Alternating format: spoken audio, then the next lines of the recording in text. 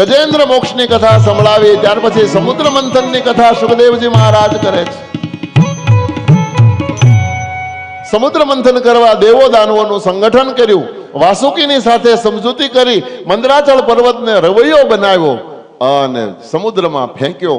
પણ સમુદ્રની ગહેરાઈ વધારે નીકળી. પર્વત જ્યારે ડૂબવા લાગ્યો એ વખતે ભગવાનને વિચાર આવ્યો કે દેવો દાનવોની મહેનત એળે જશે, મારે એને સહકાર આપવો જોઈએ.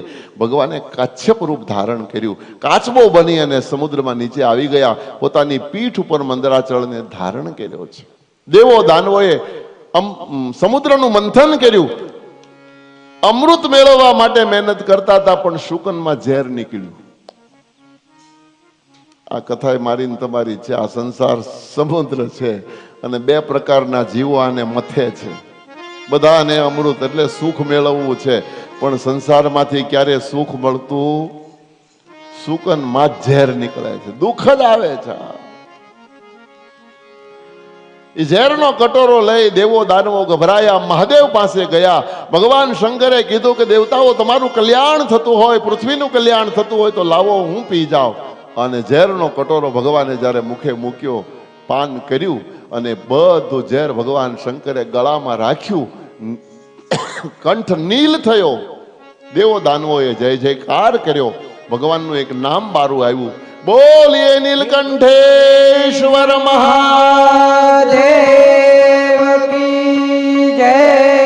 પુનઃ દેવો દાનવોએ પાછું મંથન શરૂ કર્યું અને પછી તો 14 રત્નો નીકળ્યા, પણ એક પણ રત્ન મહાદેવ પાસે ન ગયું. બધા હારું હારું જેમ જેમ નીકળતું ગયું બધા લેવા માંડ્યા છે.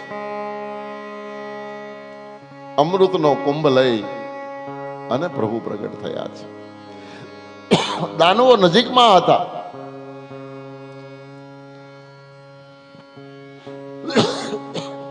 દાનવોએ અમૃતનો કુંભ ઝૂંટવી લીધો અને ભાગ્યા. અમૃતનો પ્રભાવ છે. દેવ પીવે કે દાનવ પીવે, અમર કરી દે. ધન્વંતરીના હાથમાંથી અમૃતનો કુંભ લઈને રાક્ષસો ભાગ્યા. ભગવાન ભાગ્યા. દેવતાઓ એને પકડવા માટે પાછળ દોડ્યા, પણ ભગવાને ગંભીરતા વિચારી કે જો દાનવો અમૃત પી જાય તો અમર થઈ જાય.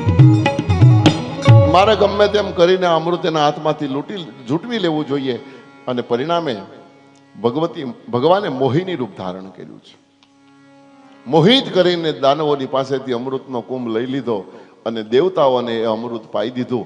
પણ એ વખતે રાહુ નામનો દૈત્ય કપટ જાણી ગયો અને દેવતાઓની વચ્ચે આવીને બેસી ગયો. પરિણામે એને પણ ભગવાને અમૃત પાવું પડ્યું અને તરત જ સુદર્શન રવાના કર્યું, એનું ધડથી મસ્તક જુદું કર્યું. પણ એટલો ચબરાક હતો કે અડધું ઘટમાં ઉતારી ગયો અને અડધું મોઢામાં રાખ્યું. ધડે જીવતું રહ્યું અને મસ્તકે જીવતું રહ્યું. પરિણામે રાહુ અને કેતુ બે બન્યા છે. દગો દગો એમ કરી અને દાનવોએ પુનઃ યુદ્ધ આરંભ કર્યો અને અમૃતના પાનથી દેવતાઓનો વિજય થયો છે.